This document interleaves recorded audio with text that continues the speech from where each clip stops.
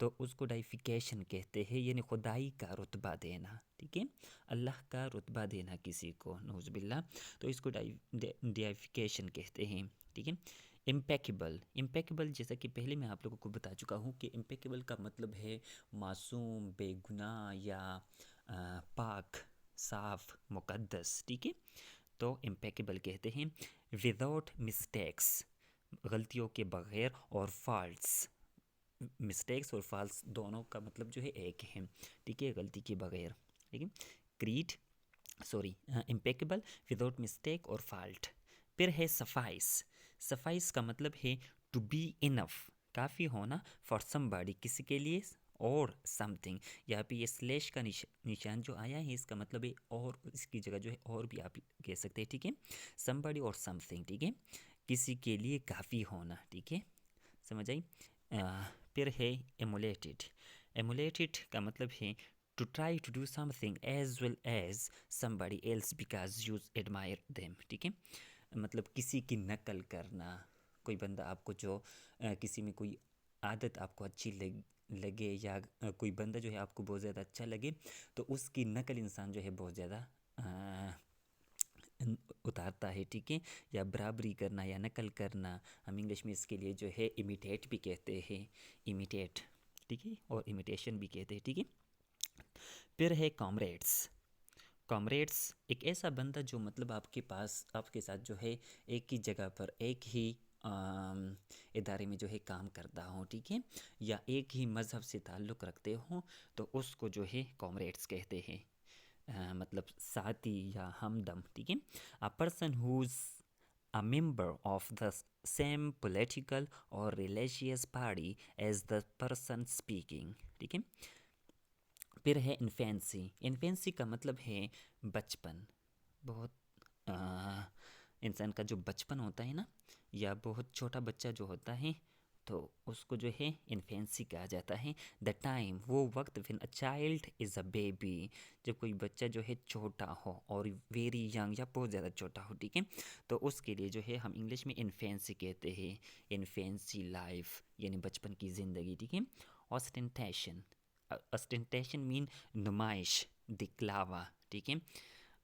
And ایگزاجریٹڈ کا مطلب ہے حد سے زیادہ گرنا، بڑھ چڑھ کر بیان کرنا، مطلب کچھ سچ اور کچھ جھوٹ جو ہے اکٹھا کر کے بہت زیادہ بیان کرنا، کہ ہاں میرے پاس یہ ہے، فلاں چیز ہے، یہ ہے، وہ ہے، مطلب بہت زیادہ بیان کرنا۔ لائک فار ایگزامپل آپ کے پاس جو ہے صرف ایک ہی گھر ہو اور ایک ہی آپ کا کاروبار ہو، تو آپ بڑھ چڑھ کر جو ہے وہ کہتے ہیں کہ میرے پاس 5-6 کاروبار ہے، اور 5 گھر ہے، اور کچھ گھر جو ہے میں نے کرائے پہ دیے ہوئے ہیں، یہ ہے وہ، مطلب اپنے آپ کو جو ہے شو کرنا، ٹھیک ہے، اپنی نمائش خود کرنا۔ این ایگزاجریٹڈ ڈسپلے آف ویلتھ، یعنی پیسوں کی ڈسپلے کرنا، نمائش کرنا۔ نالج اور اسکل، یا علم کی، تعلیم کی، اور اسکل یا مہارت کی، that is made in order to impress people, یعنی لوگوں کو جو ہے امپریس کرنا، لوگوں کو متاثر کرنا، ٹھیک ہے، تو اس کو اسٹنٹیشن کہتے ہیں ہم اردو میں۔ عام جو سمپل ورڈ جو ہیں، سمپل ورڈ میں ہم کہتے ہیں نمائش، ٹھیک ہے، ٹو شو۔